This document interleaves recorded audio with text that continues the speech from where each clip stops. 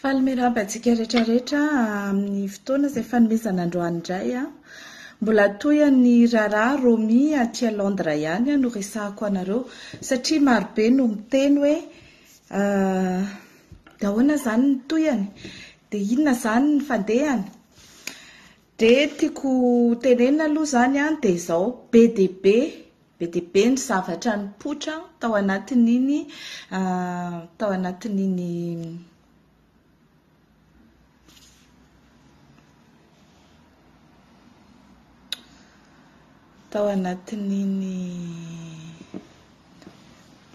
anatin'iny procès iny satria tsika rehetra zany efa miahiahy maheno sisiondresaka hoe manao corruption reo mpitondra reo, mamaritra rem-pirenena reo mpitondra reo.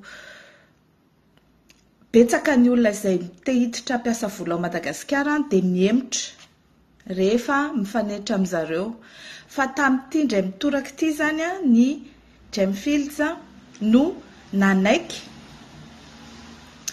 atao hoe ina moa zany anao andeha hatramin'ny farany andeha hatrany amin'ny fisamborana ny olona izay nanao intermédiaire tamin'izareo ary zara mahita hoe raha nalefa lavidavitra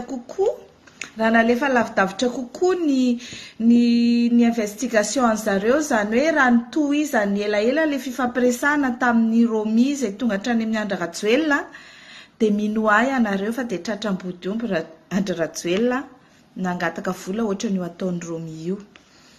Fa izay no holazaiko eto hoe inona ny fataon'zareo.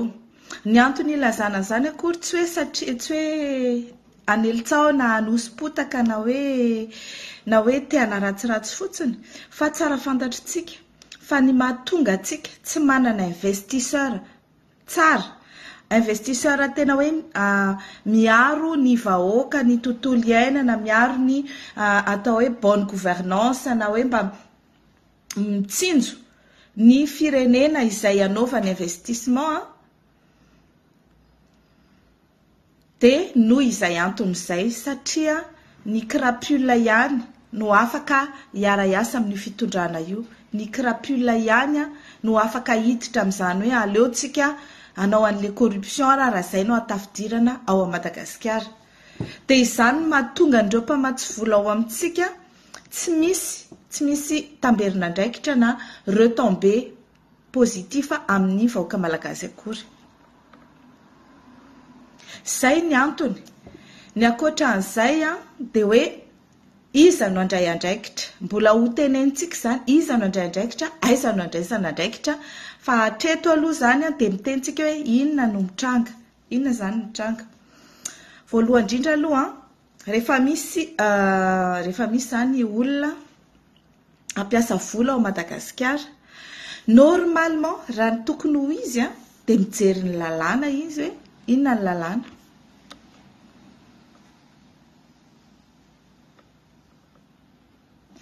Mijery lalàna izy hoe inona ny lalàna misy ao amin'ilay firenena, inona ny secteur tokony hidirany fa tamin'ity zany zao dia ny secteur minier.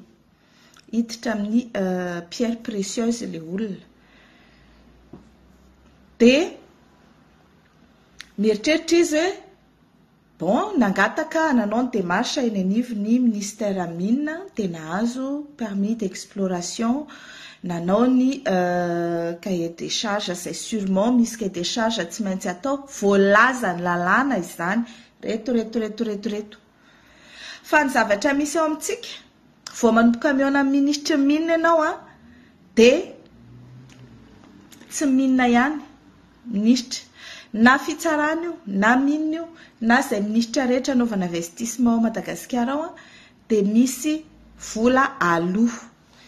Gaga ny Gemfields tamin'izany zavatra zany hoe noteneniny Romy tamin'izy mbola conseiller non officiel tamin'ny 2021 izy tsy nanana andraikitra officiel atao amin'ny gouvernement nefa izy nanana birao tao ary dia conseiller ny anarany. Tsika rehetra mieritratra hoe conseiller spécial ny Andry Rajoelina izy conseiller spécial non officiel. Zay zany no nolazainy teo amin'ny fitsarana hoe non officiel izy mahagaga hoe conseiller spécial dia atao non officiel fa maninona zany no tsy asiana décret de nomination. Eo aloha zany iny tsy idirantsika zay procédure an'zareo administratif any fa ny eo amin'le hoe inona ny asan'ireo conseiller non officiel reo. Tsy mbola nonona anarana fa za dia mahafantatra conseiller non officiel marobe nanomboka tamin'ny teteza mitaka hatramin'izao tsika miteny zao manao panera ny Andry Rajoelina ary anisany manao ohatran'io ataon'ireo io à grande échelle. Dia zao zany le izy mangataka fionana aloha ianao voalohany dia zareo conseiller no miona aminao. Dia eo dia miteny izy hoe tsara be ny investissement nareo, tena potentiel nareo, tena ilainay nareo, tena zao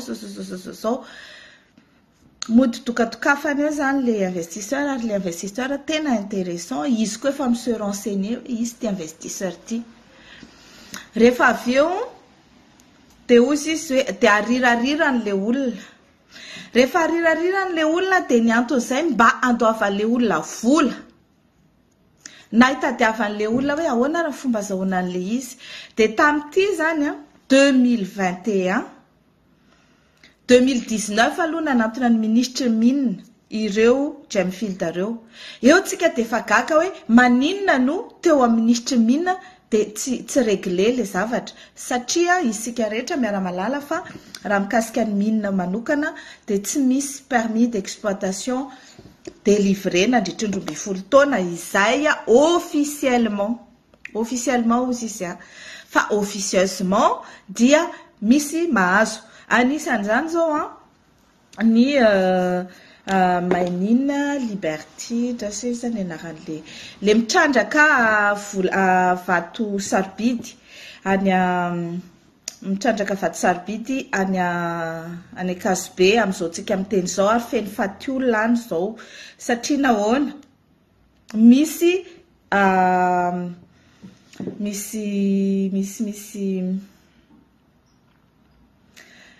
misy carrière dia tia zareo asorina fotsiny le fokotany rehetrarehetra le fokon'olona dia asiana insécurité dia asiana fifamonoan'olona dia aveo hoe miala daholo ny olona dia eo amin'izay izy misitraka an'le carrière. Io orinasa io mijery kely an'le anaran'le orinasa aloha azafady io orinasa io dia tamin'ny 2015 nahazo ny permis d'exploiter any. Azonareo ve zany zavatra zany? Nahazo permis d'exploitation 2015 izy nefa ny olona efa tamin'ny 2000 nefa ny permis d'exploitation suspendu nandritry ny 12 ans. Dia nahoana zany sasany mahazo dia eo tsika zany mahita fa satria Mining Time ny anaran'le orinasa ary tamin'ny 2015 izy no niditra tao Madagasikara. Marius Zizer no anarany tompony. Zany Marius Zizer zany dia roumain. Ny dadan'io Marius Zizer io satria le zanany ty Marius Zizer Junior dia ny dadany dia président international judo.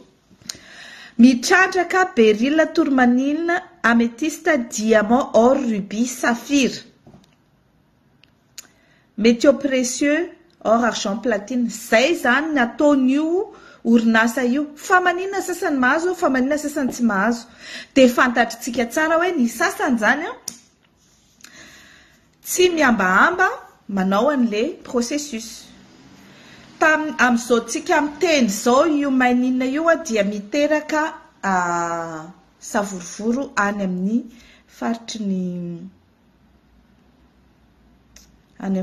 ny Akazobe exactement ambolo tarakely.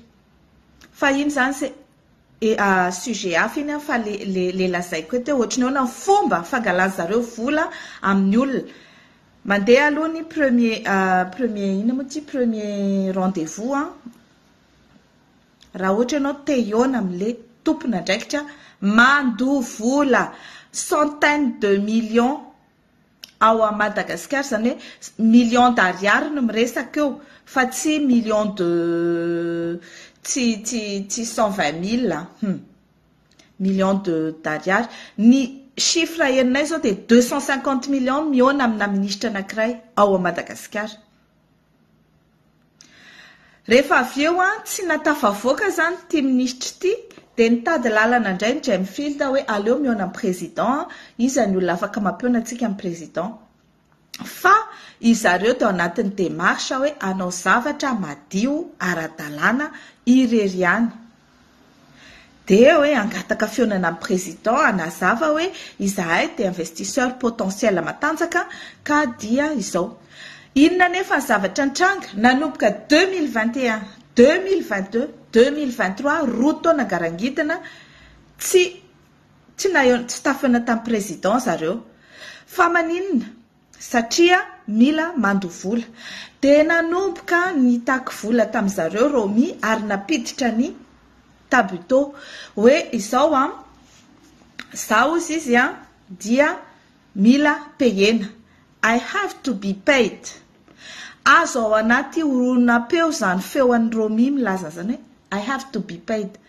Misy tsy hoe zay fotsiny feo enao fa misy phrase be deaibe tena misy discussion be deaibe eo manontany Gemfield hoe fa maninona moa zany no mandovola ny miona amin'ny filohan'ny République anareo. Tsy fanaonay zany ary izahay dia société tena mandala ny éthique sy ny transparence ary tsy mety aminay le hoe andovola mba ionana amina tompona andraikitra. Dia manazava Romy hoe misy asa atao amin'io zao ka izany dia mila payena satria ny niveau de vie ny malagasy dia ohatr'izao ambany Madagasikara fa pays faefatra farany mahantra indrindra ka noho izany dia iza mila payena satria iza miasa. Zany ny zavatra teneniny. Tsy menatra kory izy ary izy tsy nanapo mihitsy hoe enregistré angeny conversation. Faharoa nanomboka napiditra izay resak'izay izy. Avy eo nanomboka nitady fomba zany ny Gemfield anatratrarana an'izay corruption zay satria tsy mety amin'izareo izy te hampiasa vola Madagasikara fa izy kosa tsy tanao corruption dia nicontacté ny NCA National Crime Agency. Eo amin'izay zany rehetra teny andraso arany ho jerentsika raha tena mitombona le hoe mitady vola anaovana corruption zareo. Dia nanomboka teo nisy olona infiltré undercover agent atao hoe Charles nanao ny enregistrement sy nanao ny fionana rehetra niaraka tamin'ny Romy sy Tabuteau Philippe. Rehefa miresaka ry zareo dia mamerina foana io Charles io hoe inona moa zany ty vola aloha ty. Dia miteny zareo hoe zao le izy Romy manazava amin'io. Zao izy manana ekipa ary io ekipa io dia miasa be ary iza mila payena dia za koa mipeye ny ekipako. Ohatran'izay zany ny fomba firesany. Dia teo amin'ny audience nanontaniana izy fa ianao ve fa i Philippe anga miasa ao amin'ny gouvernement? Tsy miasa ao izy fa consultant indépendant. Ka maninona ny Gemfield no miteny hoe raha mila consultant miasa ianareo andao tsika aka consultant expert anao an'ity zavatra ity dia izy zany manao fa inona le zavatra ho atao exactement. Rehefa eo amin'ny président nareo tsy mandeha tanam-polo ohatr'izao fa mila mitondra dossier embêtant hoe inona no proposition anareo. Dia ao anatin'io proposition io dia tsy maintsy asiana asa sosialy, manamboatra hôpitaly, manamboatra lalana, manamboatra an'izao. Iny tsy olana satria na ny lalàna raha dia milaza mila manao an'izay investissement social zay ny orinasa rehefa mandeha eo amin'ny toerana iray. Ao anatin'ny lalàna international rehefa miinvestir eo ianao dia misy viabilisation ataonao eo manamboatra lalana. Misy contrat, misy cahier de charge zany.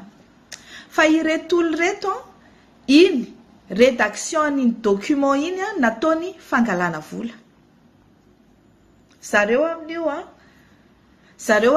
tsy hoe piasa consultant individuel fa piasa ny gouvernement, piasa ao amin'ny présidence. De eo amin'izay raha le hoe izany naniraka manomboka ny premier jour 2021 ny resahany Gemfield tamin'ny Romy de efa niresaka tamin'ny Andry Rajoelina izy. Nilaza izy fa efa nifampiresaka izay sy Andry Rajoelina mazoto izy ary très enthousiaste izy iona aminareo fa anaraka ny step rehetrarehetratsika. Iza zany no maniraka. Eo zany de miteny fahitako azy de miteny amin'ny Andry Rajoelina izy hoe misy investisseur potentiel matanjaka be vonina ampiasa vola ty amintsika ity olo ity mangataka fionana aminao fa natsy miteny hoe amboary aloha de rehefa vitanareo any izy de alefa saoty. De ao anatiny zay le hoe fanamboarana an'le olona zay dia ampandoaviny 125 000 francs suisses à chaque step, à chaque étape le olona.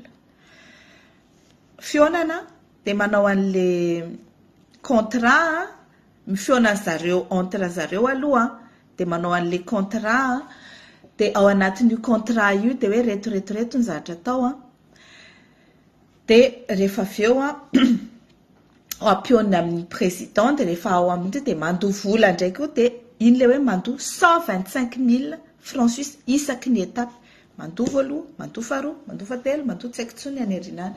Ao anatin' le contrat amin'izay de zareo zany teny hoe tokony misy ampany omena ny gouvernement malagasy ny capital anareo. De niteny zany hoe bon raha omena ny gouvernement malagasy izy efa fanaonay zany hoe miditra actionnaire ao anatin'le orinasa zany ny état malagasy. État malagasy io fa tsy hoe membre du gouvernement. Rehefa aveo de niteny zany hoe bon 2575 zany no anaovantsika liste de voalaza ao anatin'le contrat izay nataony Romy sy Tabuteau io. Eo amin'ny fitsarana i Romy de milaza iza tsy nangataka vola tamin'ireo ho ana fa nangatako de ho an'ny malagasy. Za tsy nangataka vola ho ana fa nangatako de ho an'ny Philippe satria izy tsy piasa officiel ny gouvernement ary tsy payen'ny gouvernement dikan'izay ny Gemfield no mandoa azy. Izy amin'io no ny imposé ny Philippe ao anatin'le dossier, ao anatin'le équipe. Fa maninona ny équipe ny présidence tsy manao an'izany asa zany. Satria zay fa misy asa marobe, fa misy projet hafa esan'ireo. Ny mpiara-miasa aminazy ao amin'ny présidence tsisy malala le resaka. De ianareo ve de mieritreritra hoe zany zavatra zany de cas isolé à tout moment nandritry ny fitsarana nandritry ny 2 herinandro izy de niteny foana za miasa amin'ny présidence au courant amin'ny démarche ataoko rehetrarehetra ny président. Na izy andeha ho any Londres io ara de fantatry ny président ny république malagasy hoe andeha iona amin'ny Gemfield izy. Tsisy an'izany hoe andeha nao vacances zany ny ilany teo fa andeha iona amin'ny Gemfield izy de miverina satria anomana ny élection présidentielle. Kanjo izy voasambotriny. Zany dirikaby zany izy no milaza miditra amin'ny fito zareo mirava pas d'heure. De akaiky dépôt de candidature ny président io fotoana na voasambotra ny zareo de milaza izy hoe andeha congé 3 semaines. Tsy marina zany.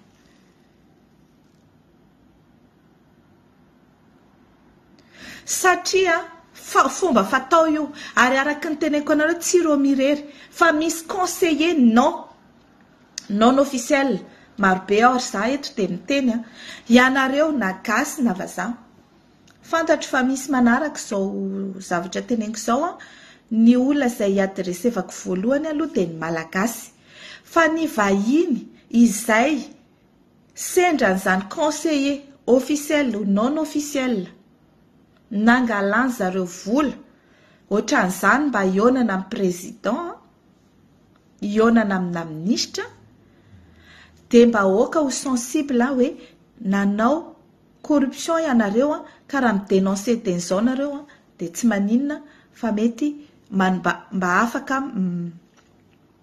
miplaider ataontsika hoe témoin fa tsy ho mise en cause fa satria misy orinasa maromaro fantatra nanao an'io niaraka tamin'ireo ary za dia miteny tsy tokony avelantsika moramora ireny société ireny satria nahoana hitantsika io vokany lany ny arena kibony tanintsika tsy misy na ny ariara raha niditra ho an'ny malagasy orinasa QMM nandritry ny 1998 makatizy ny investir atao Madagasikara amin'izao tsika amin'iteny izao mbola tsy nisy volana alohany amin'ny état malagasy nefa ny état malagasy dia actionnaire ao anatin'ny statut-any hoe voalaza fa actionnaire ao Madagasikara ary ny zavatra misy dia izao misy contrat cadre any izay mivoaka mandeha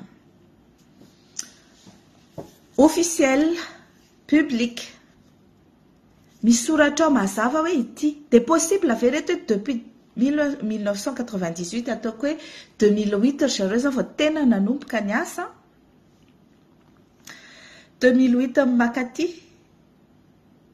hatramin'izao tsika amin'ny teny izao dia tsy nandoa dividende mihitsiny nefa mandray 42 milliards de dollars isam-bolana à titre de chiffre d'affaires io orinasa QMM io ary 12 milliards de dollars de bénéfice net dikan'izay zany raha actionnaire 15% amin'io Madagasikara dia tokony mahazo 15% mirotsaka ao amin'ny kitabolam-panjakana kanefany tsy nisy vola narotsaka zareo hatramin'izao tsika amin'ny teny izao dia izy indray no milaza fa Madagasikara manana trosa aminy inona mahatonga an'izany satria misy olona no payena tao ambadika tao tsy ny gouvernement malagasy no mipayena officiellement sur le papier ny gouvernement malagasy zany hoe ny état malagasy no mipayena fa officieusement any amin'ny compte offshore dia ny mpitondra malagasy no payeny zareo ary izay le contrat nataondry romisy tabuto tamin'ireto olon'ireto mody ataony hoe 25-75 ho an'ny état malagasy amin'io 25-75 io ny 5% izay koa mahazo 5%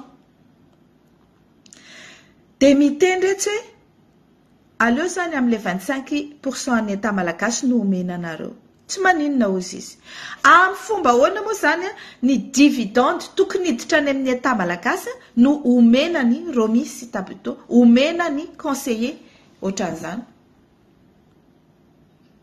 dia milaza izy tsy ho ana eo amin'ny audience izy no tena tsy ho ana ozy izy io fa ho an'ny malagasy ho an'ny gouvernement zay rehetrarehetra ny zany tamin'ny fotoana nainona izany be dia be ny gasy teo fa tsy zarery tena hoe mila isaoteny amin'ny plafond hoe amin'ny ahoana ianao milaza hoe ho an'ny vahoaka malagasy io dia mbola mandeha ny fanontaniany procureur amin'ny fomba ahoana moa izy no hoe any état malagasy zany le 5% dia soratana amin'ny orinasa impact capital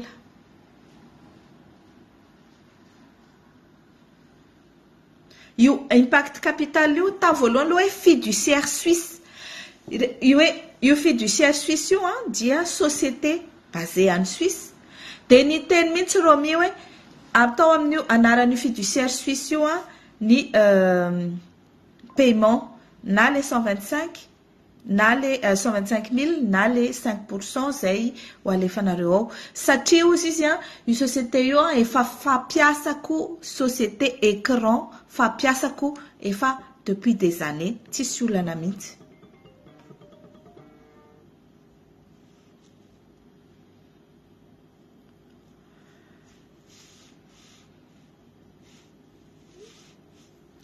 tsisy olana mihitsy ozy izy. De rehefa avy eo ny teny ndray zareo hoe bon tsy atao amin'le de nefa ny teny izy io société fiduciaire suisse efa fampiasanay fampiasan'izy tabito zany depuis des années tsy misy olana mihitsy ary mazava ho azy azonareo antsaina angambo izy izy fa ny anarako de tsy mipotra naiza naiza. Ohatr'izany ny fomba fataondreo fa eo zany no ilazako hoe ny société izay nangalandreo vola no afaka mijoro vavolombelona izy ahoana taiza ohatrinona no nomena andreo mpitondro reo tsy romi ihany izy rehetrarehetra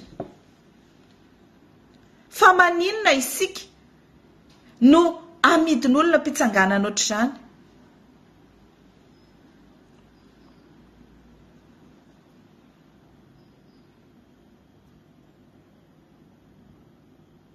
Tsy miditra amin'ny fomba hoe ohatra ny ahoana amin'ny fomba fizarana dividende na automatique na tsy automatique ho an'izay monsieur malala ny dividende ny QMM eo fa ny filazako de hoe matoa ianao actionnaire ao ka rehefa manao chiffre d'affaires positif ilay orinasa de normalement mitomboka ny dividendenao ary inona ny tsy takin'ny état malagasy an'izany any amin'ny conseil d'administration ny QMM maninona ny arenantsika no trandrana mandritry ny 20 taona eo nefa ny tsy misy na ny ariara raha miditra ao amintsika any ange ny olany fa tsy any amin'izay fandamina zareo any fandamina zareo any zareo zany fa ny etsika teo amin'le matoa actionnaire ao anatin'le société ny état malagasy dikan'izay mila mandovola ao amin'ny trésor public iny société iny isaky ny mahazo vola akoatra ny taxe sy ny droit zay tokony alohany. Inona no mahatonga zany? Inona mahatonga zareo tsy mandoa? Satria efa misy olona andoavany vola ao amin'ny fomba hafa. Inona indray le fomba hafa andoavany vola? Ito indray zany lazaiko anareo. Tao anatin'ny procès daholo ihany nahitanay an'izany hoe manao asa soa mody manao asa sosialy de amin'io asa sosialy io de misy hoe mandritry ny zao taona manao asa sosialy nahita ve isika ohatra any amin'ny Wisco any Soalala inona ny asa sosialy mivaingana be ka tena mampivoatra ny mponina any amin'iny faritry Wisco faritry ny Soalala iny izay misy fitrandrana fer ataon'ny sinoa tompony Wisco inona na lalana raha tsisy any ny olona any 4000 azafady amin'izay tsy 4000 mipetraka any fa ny akabeazan'ny olona any de ao anatin'ny fantrana tanteraka ny lalana de potika tanteraka ry zareo mitatitra ny ferany to de directement any amin'ny sambo.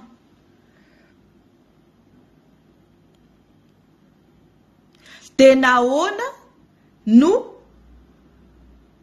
tsy misy retombé zany nefa lazaina hoe nanao an'izao ary tadiditsika nanaovana an'ireo hôpitaly manara-penitra eran'ny Madagasikara reo dia ny vola namarotana ny Wisco namarotana ny mine de fer ny Madagasikara tamin'ny teteza mita tamin'ny orinasa Wisco.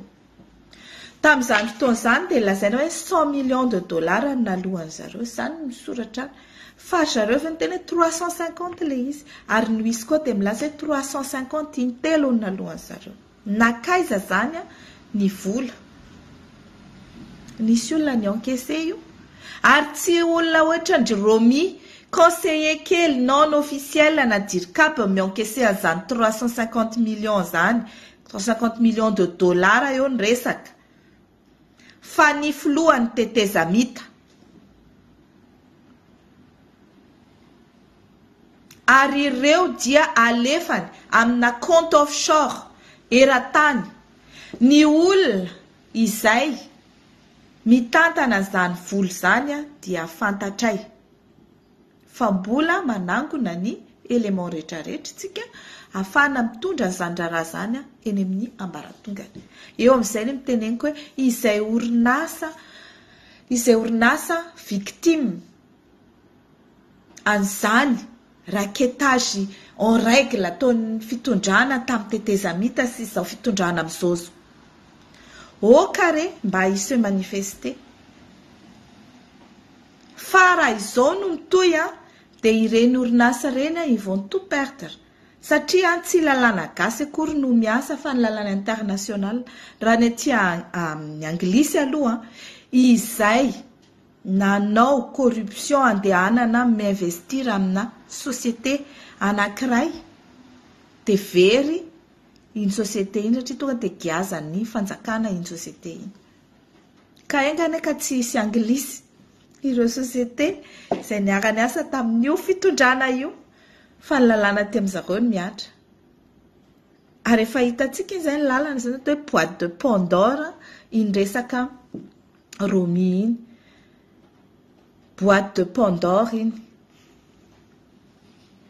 Ary ny lalàna eto zany tsy crime ataontsika hoe mandeha amin'ny cour pénal international fa izay orinasa anglisy, amerikana, kanadiana, mbola hojerevana koa ny Suisse sy ny any amin'ny rehetrarehetra, hojerena koa ny any amin'ny sinoa, izay orinasa rehetra manana izany lalàna izany any aminy dia justiciable any amin'ny taniny raha ohatra ka manao kolikoly mba investissevana any amina firenena anankiray. Fa mazava ho azy izany zavatra izany dia mila fiarah-miasa ny olona rehetrarehetra izay manana ny information sy ny proof. Ny antony anaovako an'izao dia satria itsika rehetra miandry ny toyany.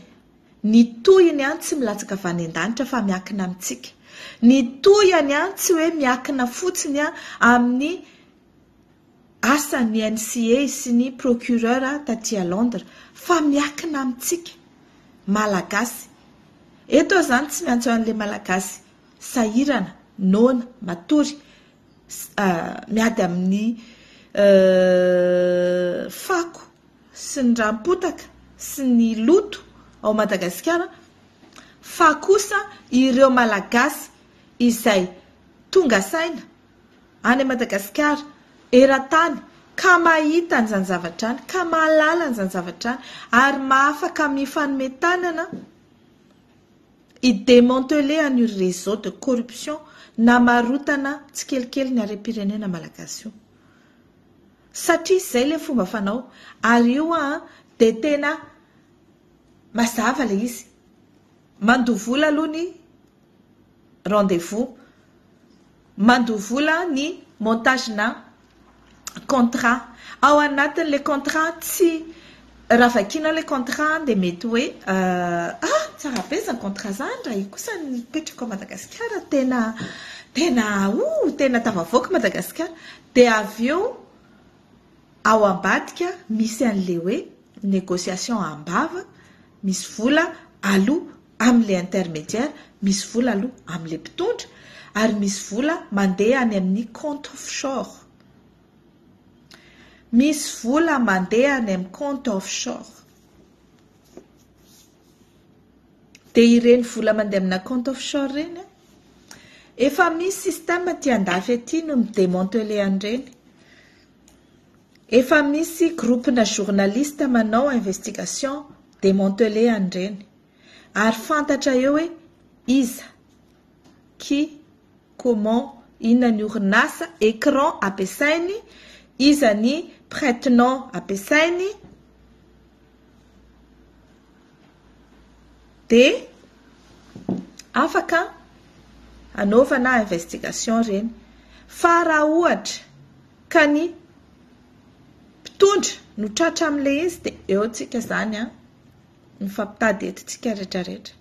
Fa satria manko falifaly ery zareo amin'ny fitondrana hoe tena hoe nanao raha mpisaorana angamba izay Andry Rajoelina fa tapitra ilay fitsarana tsy voasambotra izy. Oui, tsy voasambotra ianao fa ny anaranao tompoko dia voatonona tao du début jusqu'à la fin jusqu'au dernier jour. Ary ananan'ireo solitenany ambasady izay solitenany État malagasy nanatrika ny fitsarana nandritra izay fotoana izay intégralement zany voatonona foana hoe au courant, voatonona foana hoe dès le premier jour, dia efa niteny tamin'ny Andry Rajoelina izy fa Andry Rajoelina no mbola tsy nanomeny fotoana ahafahany mihaona amin'ireto olona reto, ary efa nisy koa ny fotoana izay no manina hoe hihaona ny Andry Rajoelina sy ny Gemfield, dia conseiller tao amin'ny ambassade malagasy aty Frantsa indray no niorganize an'ilay fihaonana, dia tonga dia nosaromany Romy ilay izy hoe non, ajanony io fihaonana io. Dia eo zany ilay ahitako hoe misy fifaninanana ao, misy concurrence amin'ny tas d'investisseurs ao, ary misy ohatrany hoe course mihitsiny, course amin'ny fitadiavana investisseur izy any meta voalohany, dia ity le Gemfield aty efa ny contacté any Romy Kanjo, ny contacté any ny Michou ao amin'ny ambassade Madagasikara indray izy, dia ny organise Michou fihaonana, tonga dia nisaromany Romy izy hoe non, ajanony io fihaonana io, dia nivoaka tao anaty procès daholo zany. Inona ny antony dia hoe satria izany no migérer ny agendan'ny président, dia tsy afaka izy tamin'io, dia izy ihany no teny hoe ajanony.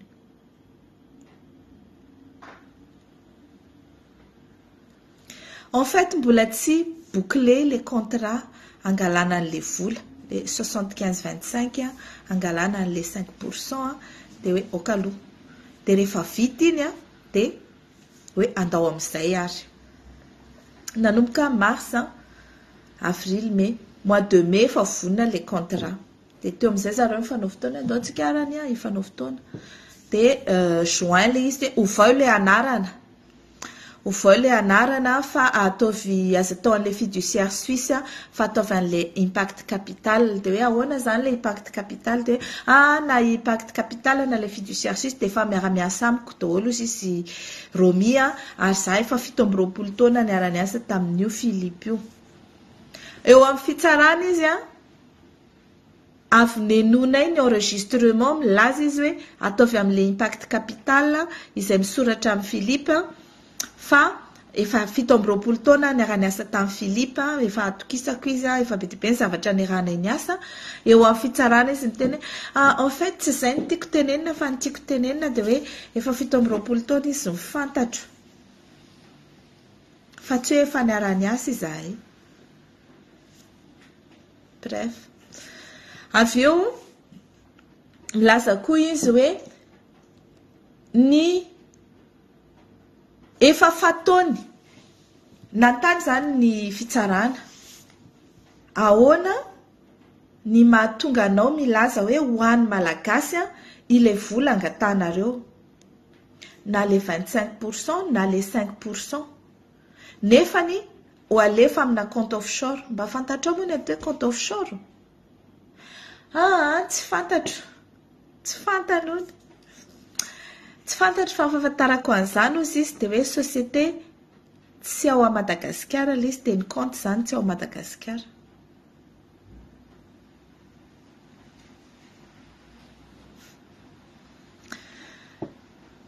Izy amin'io président ny commission éthique lutte contre la corruption OMGEM.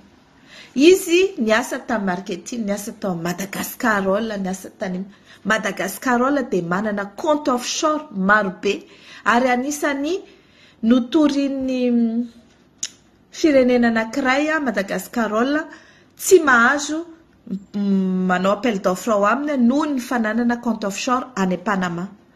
I Romy dia niasa tao amin'io Madagascarol io, dia milaza izy fa tsy hainao zany atao compte offshore. Izy ny amin'io milaza fa manana compte marobe zareo any Genève, any Singapour, Bangkok, Dubai, naiza ozy izy mety daholo na kantina ilainareo na ina dia afaka avoaka le izy. Zany ny zavatra misy eo, dia milaza izy hoe de toute manière efa fanaonay ozy izy ny hoe ny asa sosialy le investissement social ataon'le orinasa anankiray ao a Madagasikara dia atao amina compte na société privée anankiray dia iny société privée iny manao an'le asa sosialy ho an'ny État malagasy. Taiza teto antany nisy ohatr'izany raha tsy tao Madagasikara.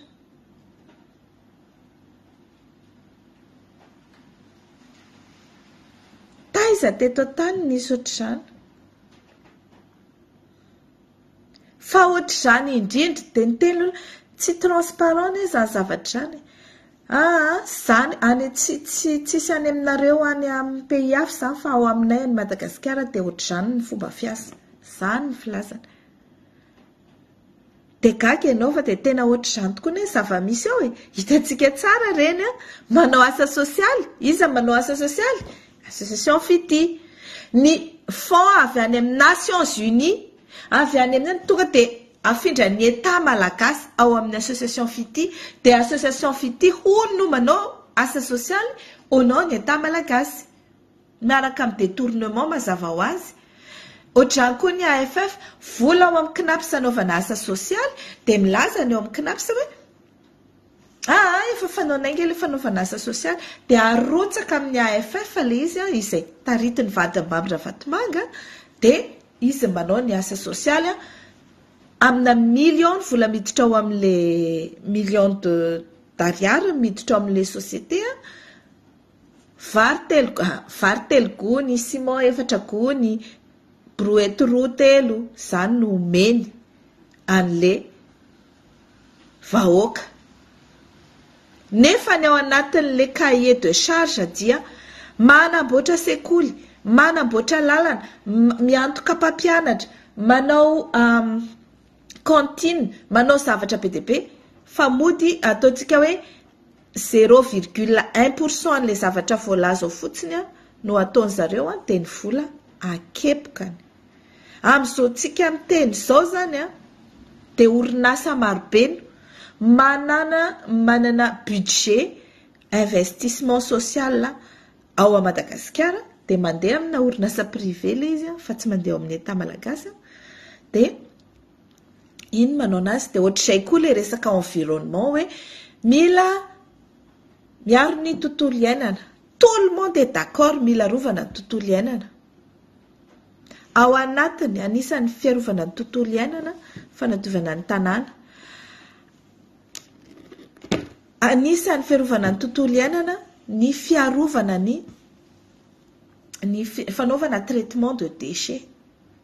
Tsy misy manana zany programme zany ny orinasa izay miinvestira ao Madagasikara na traitement de déchets io na hoe ahoana ny fomba anaovana reboisement dia tsy ilay orinasa ny manao reboisement fa omena any fanjakana hono izy dia société privée ndraiky io no mitantana an'ilay vola anaovana an'ilay reboisement, anaovana an'ilay dia hoe 500 ho an'ny QMM iverenako ihany $500,000 par an hono no atokana amin'ny reboisement, 4 millions de dollars par an no atokana iarovana ny environnement, 500,000 reboisement ny ambiny. Je me demande atao hoana, atao inona, atao aiza.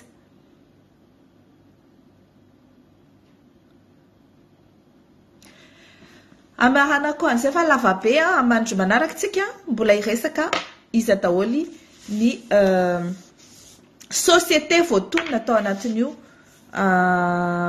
procès io fa izay aloha ny androany dia mbola manentana antsika rehetra ihany. Tsy ny malagasy nona tsy ny malagasy reraka, tsy ny malagasy kivy, tsy ny malagasy kamo fa ny mazoto ny tonga saina ny mba manana fitiavana na dia kely akory raha mba hicontribuer amin'ny tanindrazana io dia ifanometanana mba hidémanteler ny réseau de corruption amarotana migadana ny firenena io ary mahatonga antsika ho reraka, ho nona, ho kivy, ho kamo. Satria tsy misy redevabilité, tsy misy ataontsika hoe tsy misy fahasoavana azo eo am'le firenena fa dia velona fotsiny fa velona eo. Izay efa mandra-peona indrindra dia misaotra antsika rehetrarehetra izay nanaraka hatrany.